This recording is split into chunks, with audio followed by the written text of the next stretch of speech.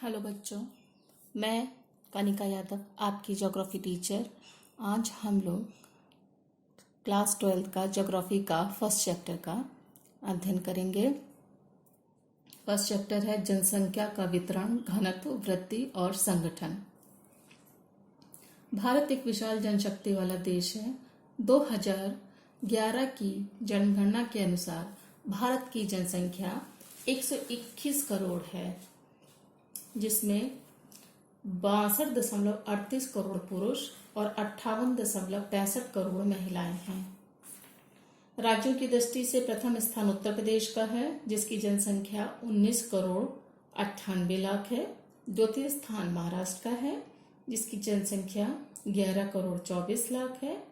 तृतीय स्थान बिहार का है, जिसकी जनसंख्या 10 करोड़ 38 लाख है। और चतुर्थ स्थान पर पश्चिम बंगाल है। जनसंख्या की दृष्टि से भारत का चीन के बाद विश्व में दूसरा स्थान है। भारत में विश्व की लगभग 17.5% जनसंख्या निवास करती है।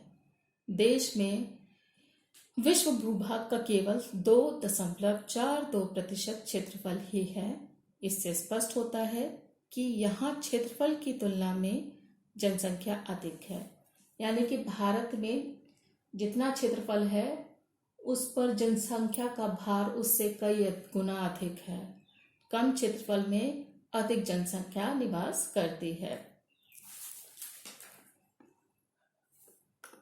देखिए मानचित्र, देखिए इसमें आप देखेंगे जनसंख्या के बारे में कि जनसंख्या का जो आपको रेड कलर का दिख रहा है, तो यहाँ पर देखिए नीचे भी इंडेक्स में देखिएगा, नीचे की तरफ हाई पॉपुलेटेड एरिया जो है रेड है। तो जहाँ जनसंख्या अधिक है, देखिए उत्तर प्रदेश में अधिक है, बिहार में अधिक है, महाराष्ट्र में अधिक है।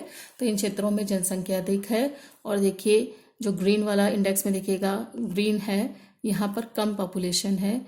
तो ये देखिए मानचित्र में भी जहाँ जहाँ ग्रीन है वहाँ पॉपुलेशन कम है।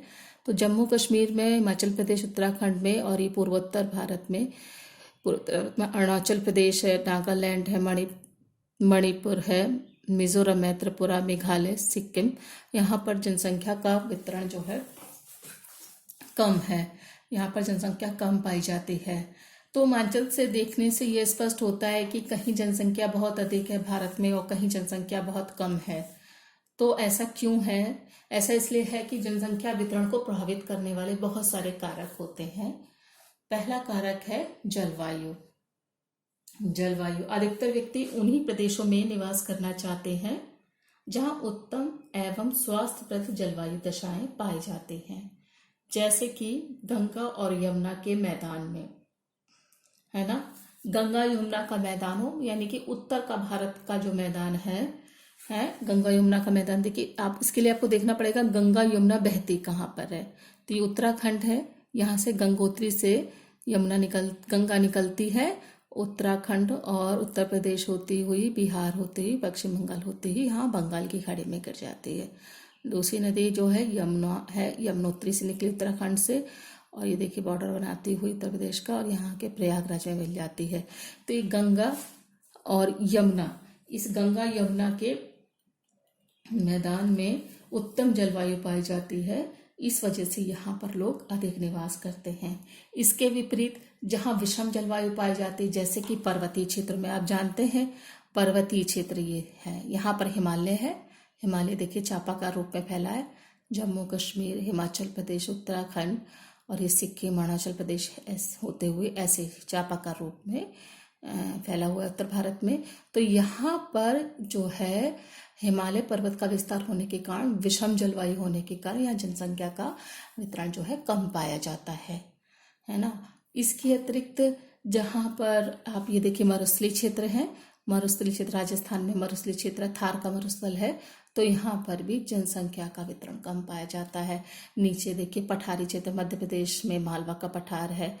और यदि ऐसे करके देखेंगे, ये नर्मदा नदी के दक्षिण में त्रिभुजाकार रूप में, ऐसे देखिए ये ट्रायंगल शेप में त्रिभुजाकार रूप में एक पठार पाया जाता है, जिसे हम प्रायद्वीपीय पठार कहते हैं।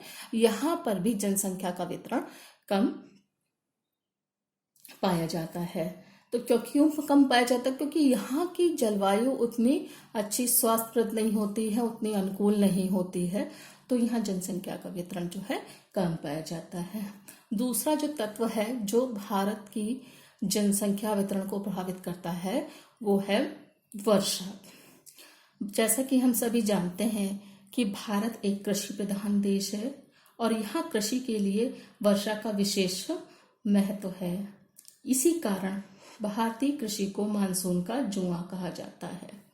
उत्तर भारत में पूर्व से पश्चिम की ओर जैसे जैसे वर्षा जो है बढ़ती जाती है, वैसे वैसे मात्रा जो है वर्षा की मात्रा जैसे जैसे घटती जाती है, वैसे वैसे जनसंख्या का घनत्व भी कम होता जाता है। देखिए, इसके लिए मैं आपको एक कॉन्सेप्ट बताती हूँ कि ऐसा क्यों होता है। क्योंकि मानसून जो होता है यह हिंद महासागर से आता है, वाष्प भरी पवनें आती हैं और भारत के दक्षिण से टकराई तो दो शाखाएं हो जाती है। एक शाखा जो है आपकी अरब सागर में जाती है और दूसरी शाखा आपकी बंगाल की खाड़ी में जाती है। बंगाल की खाड़ी की शाखा मेघालय में अत्यधिक वर्षा करती है ना। यहीं पर ही आपका मानसराम है, विश्व का सर्वाधिक वर्षा वाला स्थान।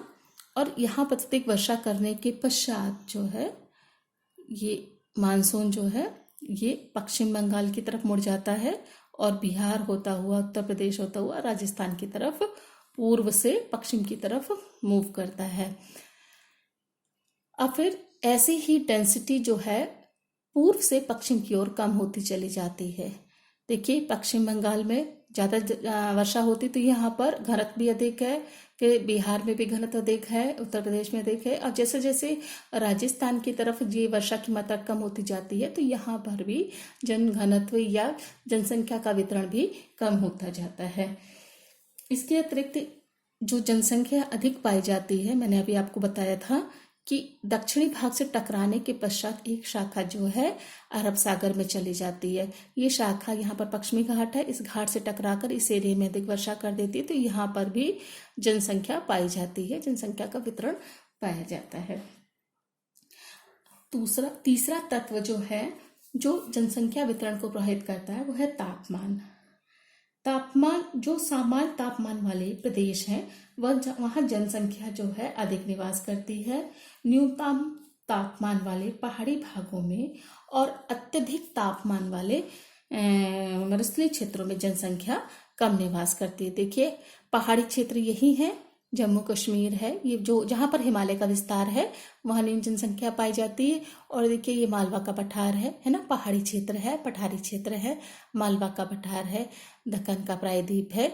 यहाँ पर जनसंख्या इसी वजह से कम पाई जा रही है क्योंकि यहाँ पर तापमान जो होता है अधिक होता है।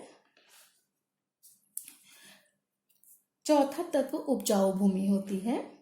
उपजाऊ, जहाँ समतल मैदान पाए जाते हैं, नदियों की घाटियाँ पाई जाती हैं, जहाँ पर नदियाँ होंगी, समतल मैदान होंगे और तटीय क्षेत्रों में जनसंख्या अधिक पाई जाती है। ये देखिए, समतल मैदान है, उत्तर का मैदान जो है विशाल समतल मैदान कहलाता है, यहाँ जनसंख्या अधिक है।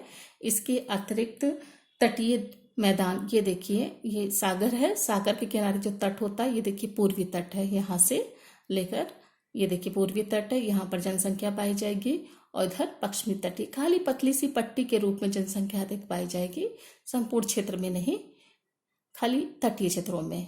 ये जो आपका पूर्वी घाट है, पूर्वी घाट के जो पश्चिमी घाट है और पश्चिमी घाट के पश्चिम की तरफ जो है पश्चिम तटीय मैदान है और इधर पूर्वी तटीय मैदान है, तो यहाँ पर जनसंख्या जो है अधिक पाई जाती है।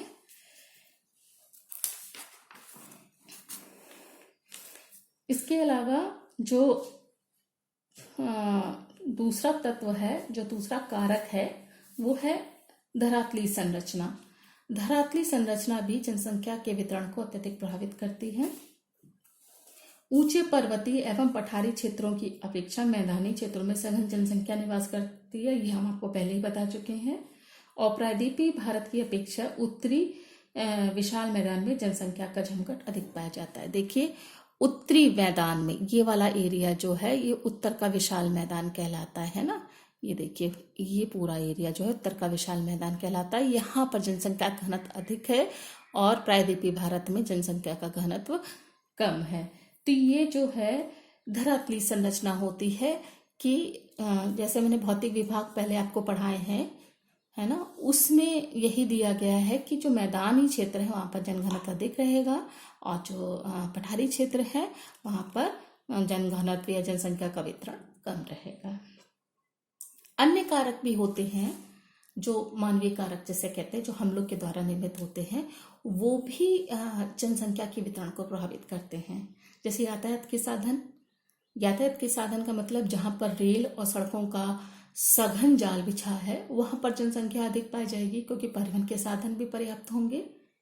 और उद्योग धंधे, जिन जिन क्षेत्रों में इंडस्ट्रीज अच्छी होंगी, मतलब उद्योगों का केंद्रीकरण होगा, वहाँ पर जनसंख्या भी अधिक पाई जाएगी, वहाँ जनसंख्या का केंद्रीकरण हो जाता है। जैसे कि पश्चिमी, ये देखिए पंजाब है ना, पंजाब, ये पंजाब आपको दिख रहा है, ये वाला पश्चिमी पंजाब में अधिक इंडस्ट्रीज हैं, उत्तरी और पश्चिमी पंजाब में, तो यहाँ पर भी जनसंख्या अधिक पाई जाती है इंडस्ट्रियल एरिया में, क्योंकि लोग उद्योग के या काम की तलाश में यहाँ आते हैं और इन इंडस्ट्रीज में काम करते हैं, तो यहाँ पर जनसंख्या का घनत्व अधिक पाया जाता है। इसके अलावा दिल्ली है, महाराष्ट्र है, तमिलनाडु, ये दिल्ली है, देखिए मानचित्र का ज्ञान आपको होना चाहिए। दिल्ली है, ये महाराष्ट्र है और ये तमिलनाडु। तो यहाँ पर जनसंख्या का वितरण अधिक पाया जाता है। अन्य राज्यों से जो प्रवासी मजदूर होते हैं या लोग होते हैं यहाँ आकर काम करते हैं, तो इन क्षेत्रों में जमघट अधिक पाया जाता है जनसंख्या का। इसके अलावा सिंचाई के साधन होते हैं, जहाँ पर नदियाँ होती हैं, तालाब होते हैं, नहरें होते हैं, सिंचाई के साधन होते हैं, तो उत्पादन भी अधिक होता है, खाद्यान्न उत्पादन अधिक होता है, तो वहाँ पर और मतलब सारी अनुकूल परिस्थितियाँ रहती हैं, तो जनसंख्या का वितरण अधिक पाया जाता है। अन्य कारक होते हैं जैसे कि शिक्षा एवं संस्कृति के केंद्र हैं। शिक्षा संस्कृति का केंद्र तो अपना जो शहर है प्रयागराज, यहाँ पर भी जनसंख्या का जमघट इसलिए क्योंकि देखिए यहाँ पर शिक्षा ग्रहण करने के लिए बाहर से काफ़ी लोग आते हैं। और दूसरा जो राजधानी है, देश की राजधानी हो या राज्यों की राजधानी हो, वहाँ पर जनसंख्या का वितरण अधिक पाया जाएगा, अधिक जनसंख्या पाई जाएगी। पर्यटन क्षेत्र हैं तो वहाँ पर लोग जाते हैं और काफ़ी वितरण देखने को मिलता है, जनसंख्या अधिक देखने को मिलती है। तो ये थे बच्चों जनसंख्या वितरण को प्रभावित करने वाले कारक, यानी कि ये तत्व जो है इनकी वजह से ही कहीं कहीं जनसंख्या अधिक पाई जाती है और कहीं जनसंख्या कम या न्यून पाई जाती है। इसके बाद जो है हम आपको पढ़ाएंगे जनघनत्व, वो आपको नेक्स्ट वीडियो में पढ़ाएंगे।